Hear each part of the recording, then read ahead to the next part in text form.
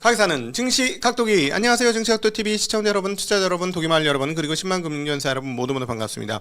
1월 27일 화요일 순서 미국 마감으로 시작하도록 하겠습니다. 네, 각도기 각산줄입니다. 반갑습니다. 네, 오늘 날씨가 조금 풀린 것 같지만 그래도 이번 주 한 주 내내 굉장히 춥죠. 네, 굉장히 추운. 근데 우리 추운 거는 유도 아닙니다. 지금 미국 난리 났어요. 그리고 뭐 눈도 너무 많이 왔다. 그리고 뭐 사망자까지 속출하는 정도의 상황이 지금 진행되고 있습니다. 덕분에 어떻게 됐느냐? 요거는 뭐 아마 일회성으로 끝날 것 같긴 한데 지금 미국 쪽에서의 가스 가격이 급등하고 있습니다. 네. 가스관이 일부 얼어서 막혔다는 소식이 있고, 그리고 공급이 충분하지 않고 또 미국이 그동안에 팔으려고 애를 많이 쓰다 보니까 유럽에 자기네 가스 팔겠다고 막 연락을 했는데 이제 자기네 가스가 부족한 것 같아요. 그래가지고 미친 폭등을 했습니다. 그래서 최근에 막 가격이 그 지난 목요일인가 금요일날 막 폭등을 하더라고. 폭등했다 다시 제자리, 폭등했다 제자리. 이게 뭐지 도대체 했는데 지금 한파가 엄청나게 와가지고 저 까만 게 지금 미국 가스 가격이거든요. 유럽 가스 가격도 따라오르고는 있습니다만 엄청나게 가격이 올랐다. 어마무시합니다. 자, 지금 어떤 분께서 어제 그 댓글에서 재미난 얘기 남겨주셨는데 지금 유럽은 상황이 너무 급해서 결국은 러시아하고 대결적 상황에도 불구하고 러시아 가스를 쓰지 않겠느냐, 물불 가릴 때가 아니다 라는 뭐 재미난 얘기 해줬는데 뭐 그럴 수도 있을 것 같습니다. 지금 유럽은 지금 독일에 지난번에 한번 방송을 드렸던 독일의 중견 기업들, 중소기업들, 좋은 기업들이 지금 우리나라도 마찬가지이긴 합니다. 막 폐업이 속출하고 있다는데 그렇게 폐업이 속출한 이유 중에 하나는 에너지 가격이 너무나 앙등했기 때문에 이것들을 감당할 수 없다. 원가비 상승. 그래서 에너지가 이렇게 중요합니다. 참 에너지 가격을 좀 낮게 유지하는 것들이 정말로 필요한 거죠. 그래서 진짜 뭐랄까요? 저도 나무를 심고 그러는데도 불구하고 에너지를 덜 쓴다는 건 진짜 뭐라 그럴까? 거의 수도사적인 거 아닌가? 그래서 어제 에너지 관련된 대담을 하면서도 물어봤는데 선진국에서는 에너지 피크가 나고 에너지가 사용량이 줄어드는 경향성이 있는데 그건 인구가 더 이상 안 늘고 있어서 그런 거지. 그리고 산업 쪽에서 산업이 활발하게 안 돌아가서 줄는 거지. 1인당 전기 사용량은 단 한 번도 준 적이 없다라고 얘기하더라고요. 근데 저도 따지고 보니까 그랬던 것 같습니다. 예, 단 한 번도 에너지 사용량이 줄지는 않았던 거 아닌가 하는 생각을 하면서 참 어쩔 수 없이 에너지를 쓰게 되면 실용주의적으로 좀 필요한 부분이 상당히 있지 않느냐 하는 생각이 들고 어제 한국마감에서 그 말씀 안 드렸습니다만 한국에서도 이제 원자력 설치하겠다라는 이야기가 나오고 있습니다. 그리고 국민들도 원자력 설치하는 거에 대해서 상당히 찬성하는 분위기로 가고 있죠. 문제는 이거죠. 어디다 설치할 거냐. 네. 이게 항상 문제입니다. 저는 이렇게 생각해요. 지금 뭐 차등요금제 하겠다고 하는데 뭐 당연히 그거는 받아들여야 되는 거 아닌가? 내 집 옆에 원자력 발전소 있는 게 싫다면 원자력 발전소 있는 지역에 뭐 전기세 면제뿐만 아니라 거기에 대한 지역 어떤 발전 기금 같은 거를 내놓고 그 비용을 전기를 쓰는 사람이 부담하는 거는 받아들여야 되는 대목 아니냐라고 싶습니다. 그러니까 나는 전기는 쓰고 싶은데 싸게 써야 돼. 절대 안 돼. 이거는 너무 이기적인 거죠. 그죠? 그래서 전반적으로 나라 공동체 전체적으로 한번 생각하는 그런 마인드가 좀 필요한 게 아닌가 싶은데 이거는 뭐 저희 채널에서 할 얘기는 아닌 것 같습니다. 저희 채널은 제가 보니까 굉장히 훌륭한 분들이 많더라고요. 이렇게 가끔씩 만나보면 배울 게 너무 많고 훌륭한 분들이 너무 많아가지고 사실 이런 얘기는 뭐 굳이 필요 없는 분들이 모여 있는 곳이 저희 채널이 아닌가 싶고 항상 감사한 마음입니다. 덕분에. 자, 오늘 전체적인 저거 한번 보도록 하겠습니다. 오늘 전반적으로 시장은 뭐 나쁘진 않았어요. 그런데 이제 그렇다고 지수가 썩 좋지도 않았고요. 러셀 2000 지수 같은 경우는 오히려 조금 빠졌으니까요. 소형주들은 빠진 놈들도 꽤 많다. 근데 오늘 보시면은 빅테크들의 날이었습니다. 애플이 엄청나게 올랐죠. 애플이 3% 가까이 올랐는데 지금 애플 17의 판매가 좋다는 소식입니다. 그래서 이것들이 충분히 주가에 반영 안 됐다라는 전망과 함께 목표 주가를 $300로 이렇게 올리는 목표 주가가 나왔습니다. 그래서 굉장히 큰 폭으로 올랐고요. 그 다음에 그다음 그 빅테크들이 테슬라를 제외하고는 대체적으로 많이 좋은 모습을 보여주었는데 이제 곧 실적 시즌이 시작이 됩니다. 근데 빅테크에 대한 실적에 대한 기대감이 지금 상당하다라는 것을 반영한 모습이 되겠고요. 근데 과연 실적 발표를 했을 때 실적이 조금 덜 나오게 되면 어떡하지? 뭐 이런 걱정은 좀 있습니다. 그리고 또 그 캐펙스에 대해서 어떻게 얘기할까? 그것도 걱정이긴 한데 지금까지의 흐름들을 봐서는 캐펙스를 크게 줄일 것 같진 않고요. 그대로 유지할 것 같습니다. 자, 테슬라는 왜 빠졌을까요? 네, 계속 말씀드리면 테슬라는 실적 발표 때가 제일 무서울 때입니다. 예.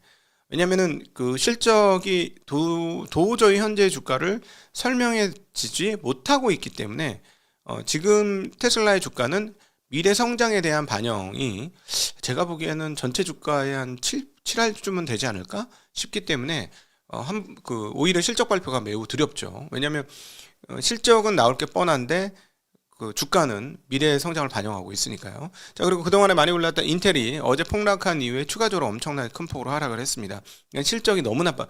어제 숫자 보여드렸지만 이 숫자로는 도저히 현재 인텔이 올라간 거에 대해서 해석할 수 있는 여지가 거의 없다라고 볼 수 있는데 인텔이 빠지자 같은 동종업계인 AMD도 빠졌고요.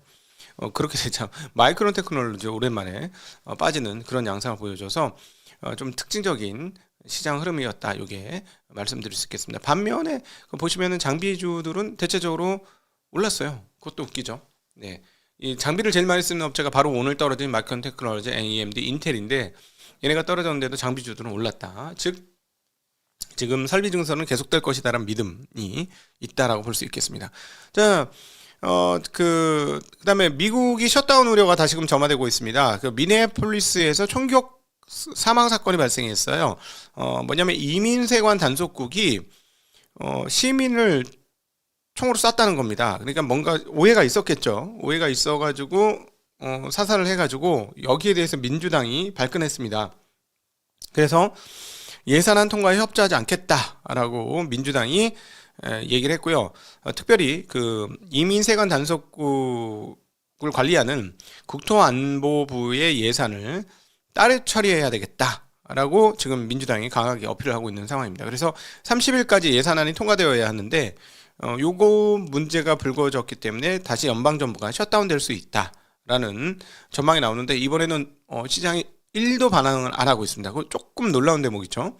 예전엔 셧다운하면 어떻게 되지 하고 우려를 했는데 이젠 전혀 우려를 하네요. 그러니까 전 세계가 알고 있는 거죠. 미국은 주식시장이 신이다라는 것을 알고 있는 것 같습니다. 이걸 어디서 느낄 수 있냐면 트럼프가 어제 나왔습니다만은 이제 캐나다가 중국과 뭐 그 교역을 이제 본격화하려고 하는 모습이 있죠. 우리 중국망에서 말씀드렸습니다만 카니 총리가 꽤나 길게 중국을 가요. 그래서 그걸 보고 또 트럼프가 광기의 관세 펀치를 휘둘렀습니다. 중국과 거래를 하면 캐나다에 100% 관세를 때리겠다라고 언급을 했습니다.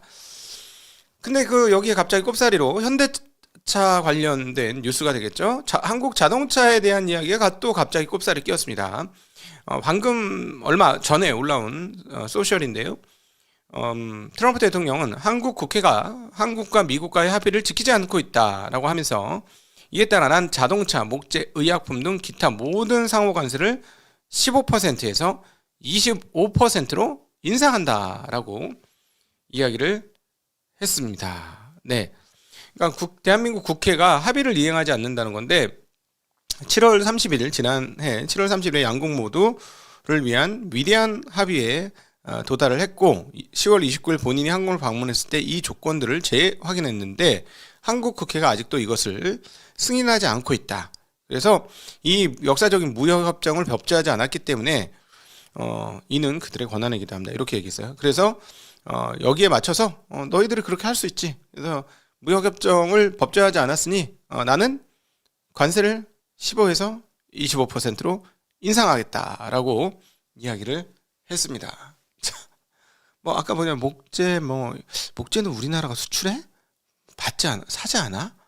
우리나라 나무가 요즘 많이 나죽긴 했지만 뭐 어쨌든 그러면 이건 뭐 얻어맞을 거는 뭐 그냥 정해져 있죠.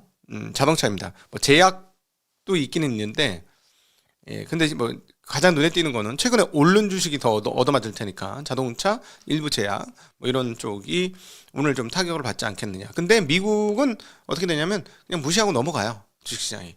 자, 우리도 떨어졌다가 무시하고 넘어가겠죠. 미국에서 하는 걸 봤으니까 그게 정상적이지 않을까? 뭐 그렇게 생각을 합니다.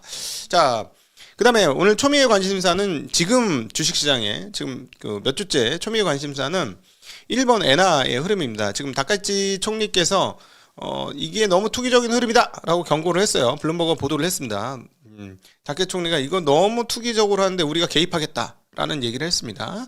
자, 그래서 그런가요? 오늘 엔화 가격이 굉장히 큰 폭으로 올랐는데 저기 환 테이블을 꼭 보도록 하고 차트도 같이 보도록 하겠습니다. 잠깐만요. 자, 환 테이블 먼저 보고 차트 한번 또 보도록 하겠습니다. 자, 보시면 그 달러 지수 많이 빠졌죠. 많이 빠진 이유는 뭘까요? 자, 밑에 엔화. 자, 엔화가 완전 강세야. 지금 155.7에 엊그저께 158이었죠? 154까지 지금. 와, 빠릅니다. 굉장히 빨라요. 자, 이거를 데일리 차트로 한번 보시죠. 데일리 차트로 보시면 이렇게 빠지고 있어요. 엄청나죠? 엄청나게 빠릅니다. 근데 그럼 제가 한번 말씀드렸잖아요. 엔화가 너무 강세가 되는 것도 그럼 또 엔캐리 트레이드에 대한 생각을 불러오니까 진짜 위험하다라는 말씀 드렸는데 그거를 보려면 이걸 좀 펼쳐서 봐야 돼요. 이게 잘 안 보여서 이거 잘 요거. 자, 왼쪽 이거 너무 무식한데 차트가. 자, 이게 왼쪽에 제일 높은 자리 있잖아요. 저게 이제 그때 막 엔화에 대한 공격이 막 감행됐을 때 지금처럼 엔화에 대한 공격이 감행돼 가지고 160엔을 돌파했단 말이지. 저게 160엔을 돌파해 가지고 갑자기 빠바박 음봉 3개 빡 꽂힌 저 자리 있잖아요. 네. 떨어지기 시작하더니 쭉쭉 떨어져가지고 그 8월에 아주 진짜 착살이 났을 때 그때 가격이 얼마냐면 140엔이에요. 142 뭐 이렇게 돼요. 그러니까 지금은 아무 문제 없습니다. 지금 이걸로 보시면은 아무 문제 없는 거고요. 근데 갑자기 여기서 엔화가 더 강세가 돼서 150엔이 깨지면서 그다음에 그 손절매 물량 나오면서 추가로 막 축축축축 이렇게 떨어지면은 그때는 또 이제 멀쩡하지만 실제로 그런 일이 있을지 없을지 아무 상관없이 시장에서 이렇게 생각하겠죠. 자, 엔캐리 청산되겠네. 엔캐리 청산되겠어. 이러면서 깜짝 놀라면서 갈 건데 일단 24년도에 너무 세게 얻어맞아가지고 그리고 일본이 그걸 되게 조심하고 있다는 건 이제 시장은 다 간파한 것 같아요. 왜냐하면 지금 일본의 금리 전망이 어떻게 나오고 있냐면 6개월에 한 번씩 금리를 한 번 내린다. 뭐 이런 식의 지금 전망을 하고 있습니다. 자, 그래서 일본 엔화의 청산은 24년도보다는 엔캐리 청산에 대한 두려움은 확연히 떨어졌다라고 감안을 하고 생각하시는 게 맞을 것 같아요. 네. 이미 한 번 당해가지고 그 정도는 아닙니다. 근데 어쨌든 지금 오늘 단기적으로 현재 상황들을 보면 어디까지가 빠졌느냐면 153엔 갔다 왔어요. 잠깐 보시면 밑골이 쫙 달았는데 153엔 갔다 왔어요. 네, 많이 갔다 오긴 했죠. 단기적으로. 그러니까 이제 너희들 까불지 마라. 160엔 올릴 생각 하지 마라. 뭐 이런 시그널을 준 것 같긴 합니다. 그러니까 확실하게 지금 일본에는 작년에 우리가 그때도 봤지만 160엔 넘어가는 거에 대해서 굉장히 민감하게 반응하고 있다. 라고 지금 보시면 되겠습니다. 자, 그러면은 한 테이블 다시 한번 보시면 아시겠지만 이제 지금 엔화만 봤으니까 원화 만약에 140 지금 1엔 넘게 1% 정도가 빠졌으니까 오늘 지금 달러원 반영 안 됐는데요. 달러원 반영되는지 한번 봐야 될 것 같습니다. 또다시 이제 940원 근처까지 올랐죠? 엔화 강세로 인해서. 자, 여기서 그냥 우리는 이 자리가 좋아 이렇게 지키고 있을지 원이 아니면 덩달아 떨어질지 제 생각엔 1,400원 깨지면 트리거 될 것 같은데 달러 물량 들고 있던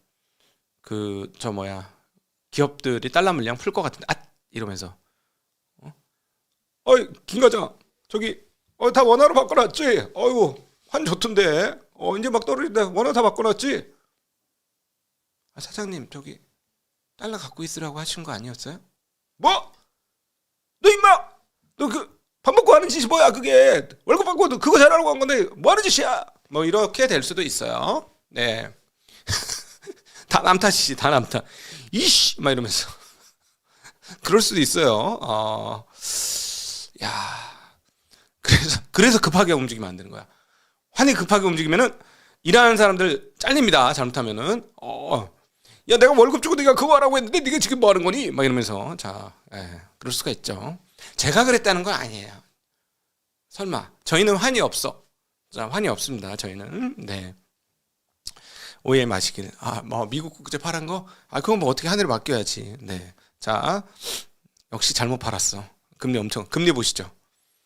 에이씨, 잘못 팔았어. 아니 너무 불안하더라고. 이게 상황이 좀 안 좋긴 했지, 그지?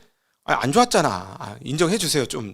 잘못 팔았어 지금. 4.2 상가에 팔았거든. 아씨, 뭐 어떡하지?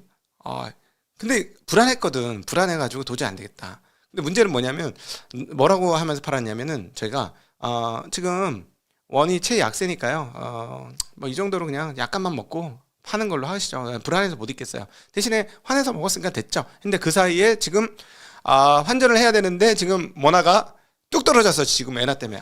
진짜 이런 거죠. 이게 어려워. 실전이 어려운 거야. 예, 그냥 입으로 입터벌만 치는 건 쉽지. 입터벌만 주식도 입터벌만 치는 건 쉽지.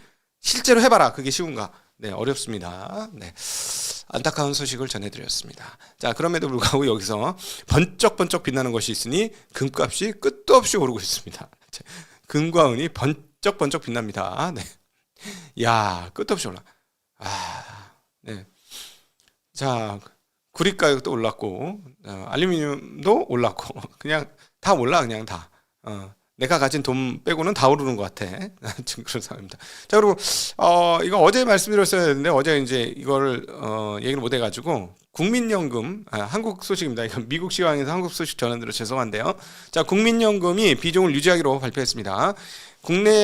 올해 말 국내 주식 목표 비중을 14.9%로 0.5% 포인트 늘리기로 결정을 했습니다. 그리고 기계적인 매도를 하지 않기로 했습니다. 그러니까 쭉 비중이 올라갔기 때문에 무조건 판다라는 그런 기계적 매도를 하지 않기로 했습니다. 자, 이미 원래 2, 3월 달에 열리는 게 1월 달에 열려서 이례적으로 회의를 했기 때문에 분명히 이런 얘기가 나올 거라는 생각은 했었죠. 자, 그래서 기존의 14.4에서 14.9로 확대가 됐고요. 국내 채권 목표 비중도 23.7에서 24.9로 올라갔습니다. 그리고 해외 주식 목표 비중을 원달러 환율 상승 등을 고려해서 기존의 38.9%에서 37.2%로 1.7%포인트 낮추기로 했습니다. 그리고 자산별 투자 비중이 플러스 마이너스 5%포인트의 여력 버퍼를 뒀기 때문에 지금 14.9%라고 할지라도 최대로는 버퍼인 5%를 최대한 플러스로 넣으면 19.9%까지 국내 주식을 담을 수 있다라고 볼 수 있겠습니다. 그리고 이제 보건복지부는 뭐라고 했냐면 현재 연금 리밸런싱 방식은 713조일 때 형성된 거라서 지난해 말 11월 말 기준으로 우리 국민연금 규모가 1,438조라서 시장에 미치는 영향이 커졌다라는 이야기를 했습니다. 엄청 크네요, 진짜. 1,438조? 와, 대단한데요? 진짜 엄청나죠? 국민연금 운용위원 여러분, 저 매트릭스 투자자문, 네. 저희가 설립한 지 10년 된 회사고요. 최근에 잘하고 있습니다. 여러분이 돈을 맡겨주신다면 충실하게, 신의성실하게 원칙을 지켜가면서 투자하도록 하겠습니다. 감사합니다. 네. 자, 또 하나 국내 뉴스예요. 블룸버그 있잖아요. 블룸버그에서 삼성전자에 대한 언급이 있었습니다. 엔비디아의 삼성전자가 HBM4 인증이 가까워졌다. 이게 양치기 소녀인데, 그죠? 양치기 소녀인데 블룸버그는 우리한테 양을 안 쳤잖아. 그치? 한국 언론들이 완전히 양치기 소녀이지. 늑대 소년인가? 아니죠. 양치기 소녀 맞죠? 늑대는 그거 딴 거죠? 네. 양치기 소년. 자, 과연, 이게 어떻게 될지 좀 궁금해지네요. 자, 그리고, 미국 데이터 센터 건설이 사상 최고 수준으로 올라가고 있답니다. 데이터 센터 건설 규모가 전년 대비 18.5% 증가하면서 연한상 기준 420억 달러로 사상 최고치를 기록했다는 소식이 되겠습니다. 그래서 22년 11월 챗 GPT 출시 이후에 데이터 센터 건설 지출이 기존보다는 무려 3배나 증가했다. 반면에 저거 이제 보시면 알시겠지만 제너럴 오피스, 일반 그냥 오피스 상업 빌딩 건설이에요. 그거는 40% 감소했다. 그러니까 지금 미국은 부동산 업자들이 전부 데이터 센터 지으러 간다. 근데 한국도 지금 좀 마찬가지예요. 우리가 이제 그 생산적 금융 이야기를 하면서 그 생산적 금융이 은행이 어떻게 하달이 됐냐면 데이터 센터를 짓는 거는 생산적 금융이지만 그냥 아파트 짓는 거는 생산적 금융이 아니다라는 쪽으로 이제 그 좀 뭔가 이렇게 하달이 된 것 같아요. 그래서 대출이 그 일반 주택 대출은 안 나오고 데이터 센터 대출하면 대출이 좀 나오는 그런 상황인 것 같습니다. 네. 네, 좋은데 혹시나 어떤 과열 또는 오버캐퍼가 되지 않을까 하는 두려움은 좀 있는데 이 부분은 항상 고민을 해야 돼요. 그래서 어제 그 아주 재미난 얘기를 우리 권효 대표님이 했는데 지금 그 미국의 전력망이 원래부터 그 저기 없었대요. 원래부터 없었는데 이 데이터 센터가 터지면서 원래부터 빡빡하게 돌아가던 이 전력 상황이 그 데이터 센터만큼 추가하게 된 거예요. 그런데 그러다 보니까 그 발전소 건설, 그다음 특별히 가스 발전소가 금방 짓고 그다음에 간헐성, 신재생의 간헐성을 커버리지 해주기 때문에 이 가스 터빈에 대한 수요가 폭증을 했죠. 그리고 또 어쨌든 화력 발전소도 있어야 되고 뭐 발전소를 막 지어야 되니까 터빈의 수요가 폭발했습니다. 그래서 GE, 번호봐 GE, 그다음에 지멘스, 그다음에 미쯔비시가 기존에 3년 물량이 솔드 아웃 됐다고 했었는데 어제 오시면서 얘기하기를 지금 5년 물량이 솔드 아웃 됐다고 합니다. 5년 물량. 그러다 보니까 한국의 두 모 회사에서도 완전히 지금 그쪽에 뭐 가리지 않고 원래는 보통 이런 터빈들은 검증이 끝난 걸 쓰거든요. 새로 생긴 거를 쓰는 게 아니고 왜냐면 한번 박았는데 잘못되면 이제 망하는 거야 발전소. 그러니까 검증된 걸 쓰는데 지금 여기 왜 이렇게 콜이 많이 들어오냐면 말씀드렸듯이 아예 없어요. 5년 동안 만들 수가 없어요.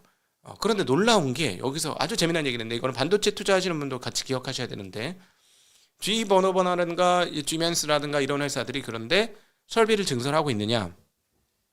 안 한다는 거죠.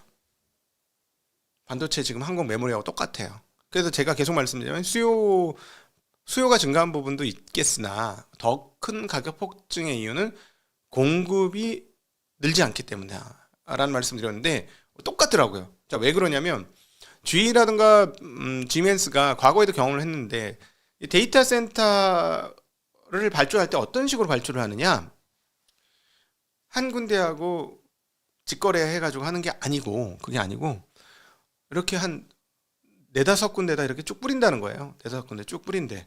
그래서 A, B, C, D, E 이렇게 해가지고 자, 우리 이거 할 건데 어떻게 준비 좀 해보세요. 네, 어떻게 할지 사업 계획 좀 가지고 오세요. 이러면 사업 계약을 해야 되기 때문에 그 발주를 먼저 가계약을 한다는 거죠. 근데 이게 미국에서는 굉장히 일반적이라는 겁니다.